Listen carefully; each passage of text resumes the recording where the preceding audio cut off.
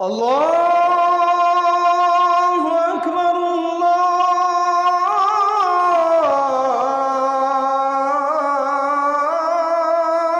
আকবার। প্রথম কথা হলো, আপনি যাদেরকে তৃতীয় লিঙ্গ বলছেন তারা আসলে কি তৃতীয় লিঙ্গ, নাকি সবগুলো সমকামী, অথবা তাদের অনেকে সমকামী? এটা আগে নিশ্চিত করা দরকার। কিছু মানুষ আছে যারা আসলেই আল্লাহ তাআলা তাদেরকে সৃষ্টি করেছেন এমন ভাবে যে তাদের নারী বা পুরুষ হওয়ার দিকটা পরিষ্কার না। তিনি পুরুষ হওয়ার পাশাপাশি তার মধ্যে নারীত্বের কোনো সিমটম বা আলামত আছে, অথবা তার বডির স্ট্রাকচারে নারী হওয়ার পাশাপাশি পুরুষের কিছু আলামত আছে, হতে পারে, যাদেরকে আমরা হিজড়া বলি।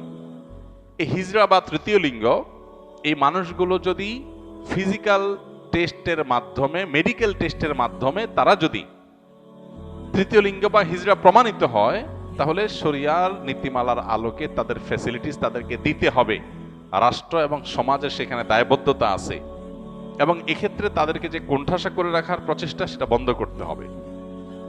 এতে কোনো সন্দেহ নাই। একজন মানুষ, তিনি গায়ে গোত্রে পুরুষ, হয়তো নারীত্বের কোনো আলামত তার মধ্যে আছে, তাহলে পুরুষের সমস্ত ফ্যাসিলিটিস তিনি পাবেন।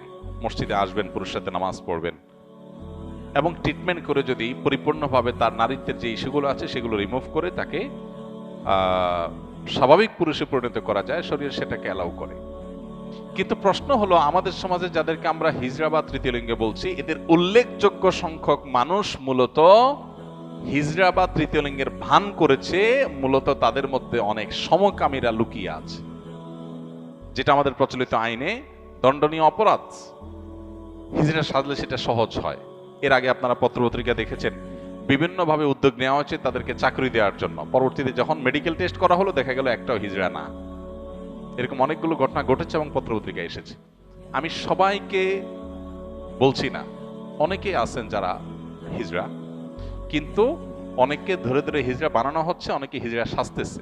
মেয়েদের মধ্যে ঢোকার জন্য হিজড়া সাজতেছে পুরুষ হয়ে, আবার ছেলে হয়ে মেয়েদের মধ্যে ঢোকার জন্য তিনি মহিলা হিজড়া, মহিলা টাইপের হিজড়া সাজতেছেন। তো এই জিনিসগুলো নতুন না, এই জিনিসগুলো অনেক পুরাতন। মেডিকেল টেস্টের এই সিস্টেমটা তুলে দেওয়ার জন্য সরকারের একটা অথরিটি আরেকটা অথরিটিকে চিঠি দিয়েছে এবং চেষ্টা করেছে। এটাও এদেশে ঘটেছে, দুর্ভাগ্যজনক। মেডিকেল টেস্টের মাধ্যমে তারা নিজেদেরকে হিজড়া প্রমাণ করার পর তাদের অধিকারগুলো দিতে সমস্যা কোথায়? কিন্তু না, মেডিকেল টেস্ট করতে দিবে না, কারণ মেডিকেল টেস্ট করলে ঘুমট ধরা পড়ে যাবে যে সমকামীরা এই লেবাস ধারণ করে অনেক সময় তাদের সমকামিতাকে প্রতিষ্ঠিত করছে, চালাচ্ছে।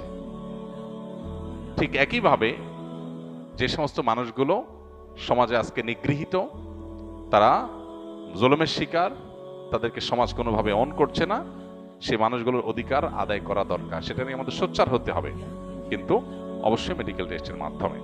আমার ছেলে দীর্ঘদিন থেকে নেশায় আসক্ত, সিগারেট ও গাঁজা সেবন করে। বহু চেষ্টা করেও তাকে নেশা থেকে ফিরিয়ে আনা সম্ভব হচ্ছে না। তাই কি করলে তাকে নেশার থেকে ফিরিয়ে আনা সম্ভব হবে? অনুগ্রহ করে পরামর্শ দিলে উপকৃত হব। কোরআনে আমল জানাবেন। প্রথম কথা হলো যে, সন্তানকে লালন পালন করেছেন উল্টাপাল্টা পদ্ধতিতে। শরিয়াতের যে তরবিয়া, ইসলামী যে তরবিয়া লালন পালন পদ্ধতি, সেটাকে মেনটেন করেন নাই। এখন সন্তান হয়তো খারাপ মানুষে পালায় পড়ে, খারাপ পরিবেশে পড়ে সে নষ্ট হয়ে গেছে। তো এখন শুধুমাত্র দোয়া দরুদ পড়বেন আর সন্তান ঠিক হয়ে যাবে, ব্যাপারটা সেরকম না। এখন প্রথমত নিজের এই যে কৃতকর্ম, সন্তানকে বিপদগামিতার পথে ঠেলে দিয়েছেন, যেন তওবা করবেন। দ্বিতীয়ত, সন্তানের ইসলাহ এবং সংশোধনের জন্য সন্তানকে বিভিন্নভাবে বোঝাবেন, তার মধ্যে দাওয়াতি কাজ করবেন, পাশাপাশি আল্লাহর কাছে চোখের পানি ফেলে দোয়া করবেন। ইনশাআল্লাহ ত্রিমুখী প্রচেষ্টার মাধ্যমে সন্তানের সংশোধনই সম্ভব। এক্ষেত্রে দোয়ার ক্ষেত্রে আমি বলবো, আপনি দোয়া কবুলের যে সময়গুলো আছে, শুক্রবার আসরের পরের সময়, 5 ওয়াক্ত নামাজের পরে দৈনিক, এবং ভোর রাতে তাহাজ্জুদের সময়, এগুলো দোয়া কবুলের সময়। আরো দোয়া কবুলের বহু সময় আছে। এই সময়গুলোতে সন্তানের নাম ধরে আল্লাহর কাছে চোখের পানি ফেলে দোয়া করেন। আল্লাহ তাআলা হেদায়েতের মালিক, অসম্ভবকে সম্ভব করার মালিক। পাশাপাশি সন্তানকে সুপথে ফিরে আনার জন্য তাকে তার মতো করে দাওয়া নিবেদন করা, তাকে মোটিভেশন দেওয়া, তার মধ্যে দাওয়াতি কাজ চালানো, এবং তাকে ভালো পরিবেশ দেওয়া, এগুলো আমাদের চালাতে হবে ইনশাআল্লাহ বিদিনিল্লাহ। এর মাধ্যমে হয়তো আপনার সন্তানকে আল্লাহ তাআলা সুপথে ফিরে আনবেন। জাযাকুমুল্লাহ খাইর।